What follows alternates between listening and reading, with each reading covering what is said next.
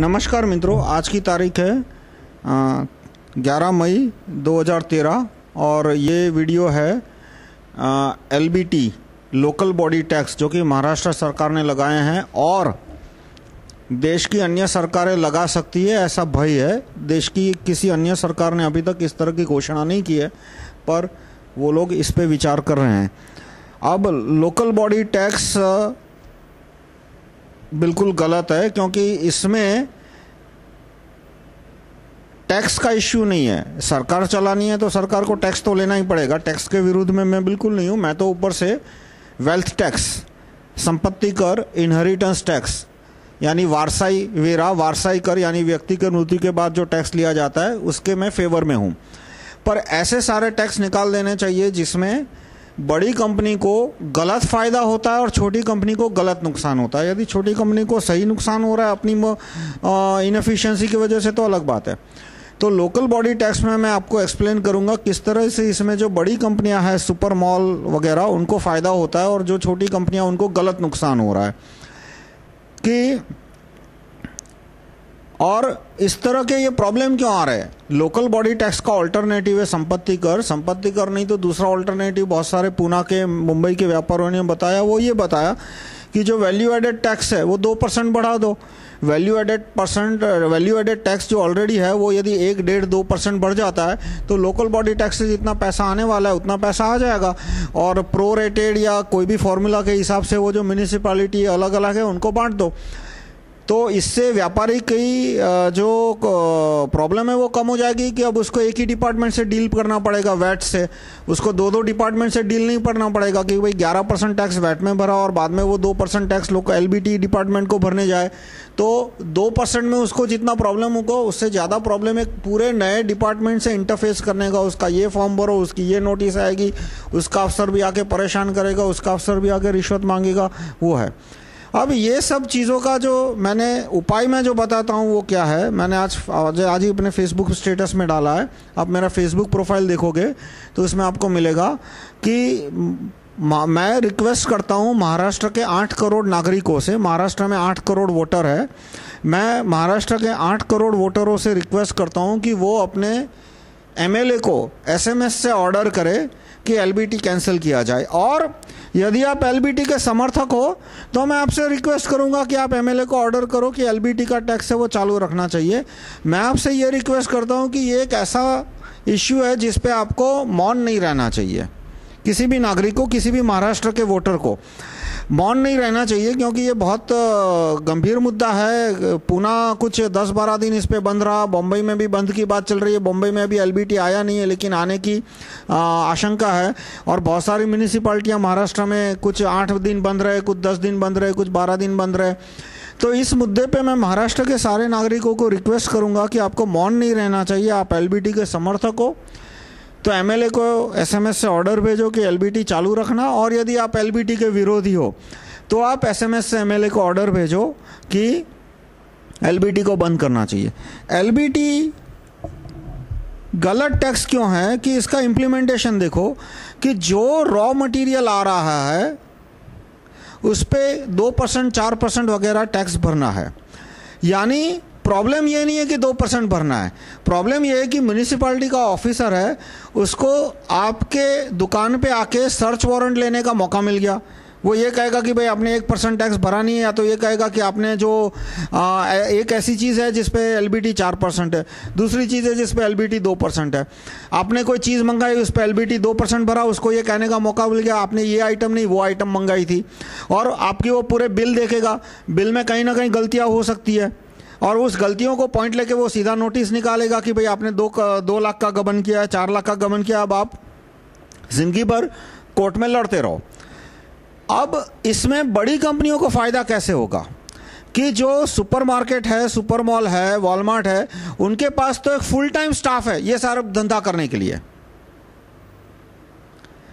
कि जो कि ये एलबीटी की कचहरी में जाके करेगा, वो अदालत में जाके करेगा, हाईकोर्ट के जज को भी पैसा देगा, उसके फेवर में जजमेंट आ जाए, लोकल जज को भी वो रिश्वत देके अपनी ओर कर लेगा।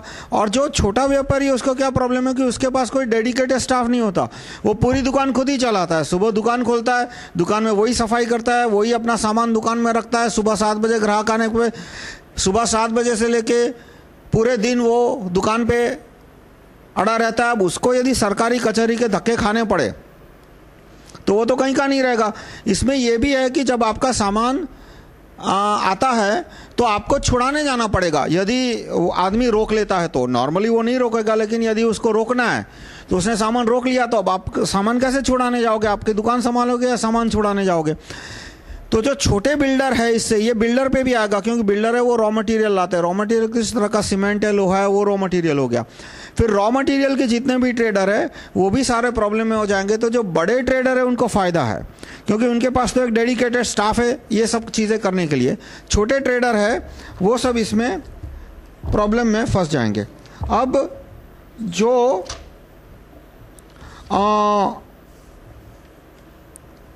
ये सब प्रॉब्लम हो क्यों रहे हैं, मैं आपको ये सत्यार्थ प्रकाश का कोट दूंगा। सत्यार्थ प्रकाश 1870 में स्वामी दयानंदन सरस्वती जी ने लिखी थी। उसका ये 6ठा चैप्टर है, राजधर्म यानी पॉलिटिक्स के ऊपर 6ठा चैप्टर। उसके एक श्लोक है, दूसरे ही पेज पे एक श्लोक है, जो प्रजा से स्वतंत्र स्वाधीन राजवर्ग रहे। इसका पूरा मैं श्लोक पढ़ के सुनाता हूं।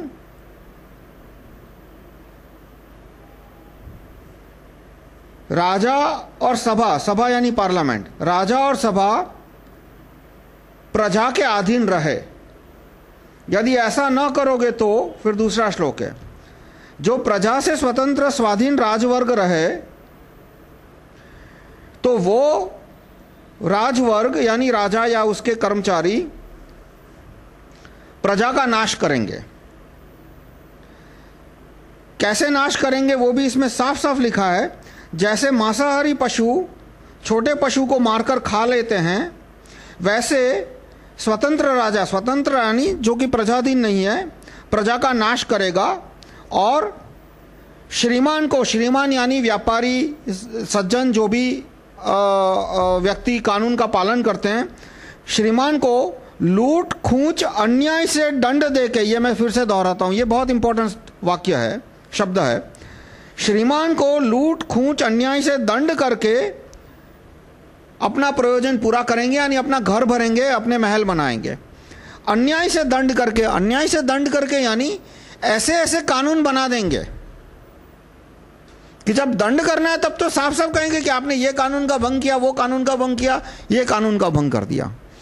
पर कानून ही ऐसे बनाएंगे कि अच्छा भला आदमी भी उसकी चपेट में आ जाए, जो एकदम ईमानदारी से बिजनेस कर रहा है, वो कोई टैक्स चोरी नहीं करना चाहता, वो भी उसकी चपेट में आ जाए। और चपेट में आने के बाद उसको अन्याय खूसर से दंड करके, क्योंकि वो अब कानूनी मुजरिम बन गया, तो अब उसको बोलेंगे कि भाई देख तूने मुझे जुर्म किया है, अब मुझे सजा ना करने के इतने पैसे दे। और यदि सजा की तो उसका 4 गुना फायदा, उतना टैक्स मिल गया उसको। और यदि नहीं, सजा नहीं करवानी है, इतना पेनल्टी वगैरह नहीं भरनी है, तो उसको रिश्वत दो। तो एलबीटी का टैक्स भी एक इसी प्रकार का टैक्स लगाया है कि जिसमें अन्याय खूसर से दंड करके उसे नागरिकों को लूटने का मौका मिले, जो कि इस केस में व्यापारी को लूटने का मौका मिलेगा। और इसमें दूसरा जो नुकसान है, यानी गलत अफसरों का फायदा और प्रजा का नुकसान है, वो क्या है कि जो बड़ी कंपनियां हैं वॉलमार्ट जैसी, उनके पास तो पूरी फौज है अकाउंटेंट की, ये सब फॉर्म भरने के लिए, कचहरियों के धक्के खाने के लिए। वो लोग जो एलबीटी के सीनियर अफसर है, एलबीटी डिपार्टमेंट के, उनके अफसरों को रिश्वत देके कहेंगे कि जितने भी छोटे व्यापारी हैं उनको परेशान करो। ये सबसे बड़ा भय होता है एडमिनिस्ट्रेशन का, कि कभी कभी एडमिनिस्ट्रेशन का जो ऊपर का अफसर है वो रिश्वत लेने के लिए नहीं जाता, उसको किसी बड़ी कंपनी ने डबल रिश्वत लेके बोला है कि छोटी कंपनी से रिश्वत ले लेना, छोटी कंपनी का बैंड बजा देना। छोटी कंपनियां जितनी भी 10, 15, 20 है, यदि तूने इन सब कंपनियों का बैंड नहीं बजाया तो मैं तेरा बैंड बजा दूंगा। और इसलिए वो जब बीसीओ कंपनी पे रेट डालता है तब उसका ये मकसद होता ही नहीं है कि वो उनसे रिश्वतखोरी करके थोड़ा बहुत पैसा कमाना, कि भाई तुम भी बिजनेस करो, मैं मुझे भी पैसा दो। उसका मकसद यही होता है छोटी कंपनियों को मैदान से खदेड़ देना। जैसे पॉल्यूशन कंट्रोल बोर्ड है, वो इस मामले में नंबर 1 है कि बड़ी कंपनियों के मालिक है वो उसको रिश्वत देते हैं पॉल्यूशन कंट्रोल बोर्ड के ऑफिसरों को, और वो फिर छोटी कंपनियों के पीछे हाथ धो के पड़ जाते हैं। पर उनको कुछ कानून चाहिए। अफसर को यदि परेशान करना है बड़े पैमाने पे लोगों को परेशान करना है तो उसके हाथ में कानून की छड़ी चाहिए, कानून का डंडा चाहिए। तो एलबीटी का कानून, वैल्यू एडेड टैक्स का कानून, ये सारे कानून अफसरों को, लोगों को परेशान करने में, उनका बिजनेस बंद करने में मदद करते हैं। तो इसी तरह का दूसरा कानून आ रहा है जीएसटी, जो कि वैट और सर्विस टैक्स को कंबाइन कर देगा। अब वैट में भी ऑलरेडी बहुत सारे इसी तरह के प्रॉब्लम आ रहे हैं कि मैंने आपको 100 रुपये का सामान बेचा तो मैं अपने बिल पे लिखूंगा 100 रुपये का सामान, उस पर वैट 12 रुपये, मान लो 10 रुपये, हम राउंड नंबर लेते हैं, 10 रुपया, और मैं आपसे 110 रुपया लूंगा। अब आपने वो 110 का सामान मान लो बेचा 120 में, तो आप अपना बिल बनाओगे 120 रुपया, 12 रुपया वैट, 10% वैट मान लेते हैं, और आप अपने कस्टमर से लोगे 132 रुपया। अब आपको वैट कितना भरना है? अब आपको वैट भरना है 2 रुपया। 2 रुपया क्यों? क्योंकि 12 रुपया जो वैट भरना है उसमें से 10 रुपया मैंने वैट भर दिया। लेकिन मान लो मैं देश छोड़ के भाग गया और वो 10 रुपया मैंने भरा नहीं, तो अब वो 10 रुपया आपको भरना पड़ेगा। अब इस तरह के इतने उल्टे कानून बन रहे हैं कि जिसकी वजह से एक ऑर्डिनरी व्यापारी है उसका बिजनेस करना नामुमकिन हो गया है। फिर वैट में जो मैंने वेल्थ टैक्स का कानून प्रपोज किया है, उसमें वेल्थ टैक्स आदमी को कब भरना है? साल में 1 बार। वैट है वो कितनी बार भरना है? साल में 3 बार, साल में 4 बार, हर क्वार्टर में भरना होता है। हर क्वार्टर में भरना पड़ता है। 15 दिन भी लेट हो जाओ तो सीधा नोटिस आ जाता है कि भाई तुमने वैट नहीं भरा, कितना वैट हुआ, ये हुआ, वो हुआ, जो भी है। तो यानी साल के मिनिमम 4-5 धक्के तो यही हो गए बैंक के। और अक्सर बैंक में जाते हैं तो वहां सिस्टम डाउन होता है। वैट का रिटर्न भी, जो प्राइमरी रिटर्न, फुल रिटर्न तो साल में 1 बार भरना होता है, पर उसका जो असेसमेंट है वो 4 बार भरना होता है। तो कभी कभी सर्वर डाउन होता है। अधिकतर व्यापारियों को इंटरनेट चलाना नहीं आता, तो उनको चार्टर्ड अकाउंटेंट के पास जाना पड़ता है, तो वहां उनका 250, 300, 400 रुपया, 500 रुपया फी देनी पड़ती है हर क्वार्टर की। अब जो वेल्थ टैक्स का मेरा प्रपोजल है उसमें ये सारी झंझट खत्म हो गई। वेल्थ टैक्स में क्या है कि जमीन का नाप लिया तो उसमें तो कोई झगड़े नहीं हो सकते। कोई ये तो नहीं कह सकता कि आपकी 100 स्क्वायर मीटर की जमीन है तो 111, 112 उसका नाप निकलेगा, कोई 200 स्क्वायर मीटर तो उसका नाप नहीं निकाल सकता। और जमीन आपकी वही है जो कि सरकार के नक्शे में है, कोई और जमीन तो है नहीं। तो और उसकी मार्केट वैल्यू क्या है, उसके 3-4 मैंने प्रपोजल दिए। सेल्फ डिस्क्लोज वैल्यू है जो सर्कल रेट के पे चल रही है, तो अफसर को जो सर्कल रेट पे वैल्यू चल रही है वही उसको एक्सेप्ट करनी है, वो अपनी मर्जी से कोई वैल्यू नहीं दे सकता। और उसमें स्टैंडर्ड डिडक्शन है कि पर पर्सन 250 स्क्वायर फीट वगैरह, पर फैमिली 1000 स्क्वायर फीट। तो उसके हिसाब से एक ऑब्जेक्टिव नंबर आ गया जिसमें अब कोई न चोरी की गुंजाइश है, न अफसर को यह कहने की गुंजाइश मिलेगी कि भाई तुमने चुराया। और तो साल में, और उसको पेपर वर्क कितना रखना है, उसको सिर्फ अपनी प्रॉपर्टी का हिसाब ही रखना है और पिछले 2 प्रॉपर्टी टैक्स के बिल रखने हैं कि भाई उसने पिछले 2 साल के चुका दिए। यदि पिछले 2 साल के चुका दिए हैं तो एज्यूम करके चलना पड़ेगा कि उसने पिछला सारा हिसाब चुका दिया है। जबकि एलबीटी में क्या है, एलबीटी में उसको मिनिमम 4 साल के बिल संभाल के रखने पड़ेंगे, एक एक चीज का। उसने जितना भी मटेरियल खरीदा, जितना भी पेमेंट किया, हर एक का उसको बिल संभाल के रखना पड़ेगा। और इसमें इन्यूमरेबल डिस्प्यूट होगी, क्योंकि मान लो आप लोहा लाए और आप लाए 30 रुपये किलो के भाव से और मार्केट में भाव चल रहा है 40 रुपये किलो। क्यों आप 30 रुपये किलो में दे दिया? हो सकता है कि आपने वॉल्यूम डिस्काउंट लिया, उसको जल्दी में बेचना था कोई व्यापारी को, आपने उसी वक्त खरीद लिया जब वो बेचना चाहता था, तो आपको 10-15% उसने डिस्काउंट दे दिया। प्राइस में तो वेरिएशन होते ही रहते हैं। तो अफसर को ये कहने का मौका मिल गया कि आपने 10 रुपये कीमत कम बता के एलबीटी की चोरी की है, और वो आपके ऊपर आपके सारे जो बुक्स है उसको वो कॉन्फिस्केट कर सकता है, उस पर नोटिस भिजवा सकता है, आपको अदालत के धक्के खिला सकता है। तो ये सब क्यों हो रहा है? क्योंकि राजा प्रजाधीन नहीं है। और राजा प्रजाधीन क्यों नहीं है, वो जहां तक मैं अब मानता हूं हमारी गलती है कि तुमने राजा यानी चीफ मिनिस्टर या एमएलए जो भी है उसको एसएमएस से आपने ऑर्डर भेजा कि एलबीटी बंद करो, और यदि आप एलबीटी के समर्थक हो तो एसएमएस भेज के बोल दो कि एलबीटी चालू रखे। ऐसा कुछ नहीं कहता कि यही कानून आपको भेजना है, यही एसएमएस आपको भेजना है, आपकी मर्जी का एसएमएस। पर राजा को प्रजाधीन नहीं रखोगे तो राजा तो एक लुटेरे की तरह लूटपाट चालू कर देगा, उसमें और लुटेरे में कोई अंतर नहीं रहेगा यदि राजा प्रजाधीन नहीं है तो। और राजा को प्रजाधीन रखने का तरीका क्या है कि आप अपने राजा को यानी एमएलए को, सीएम को एसएमएस से ऑर्डर भेजो। क्या ऑर्डर भेजो? जो भी ऑर्डर आपको ठीक लगता है। तो मैं इसको समराइज करूंगा, एलबीटी है वो कानून महाराष्ट्र के भ्रष्ट मुख्यमंत्री ने क्यों बनाया है?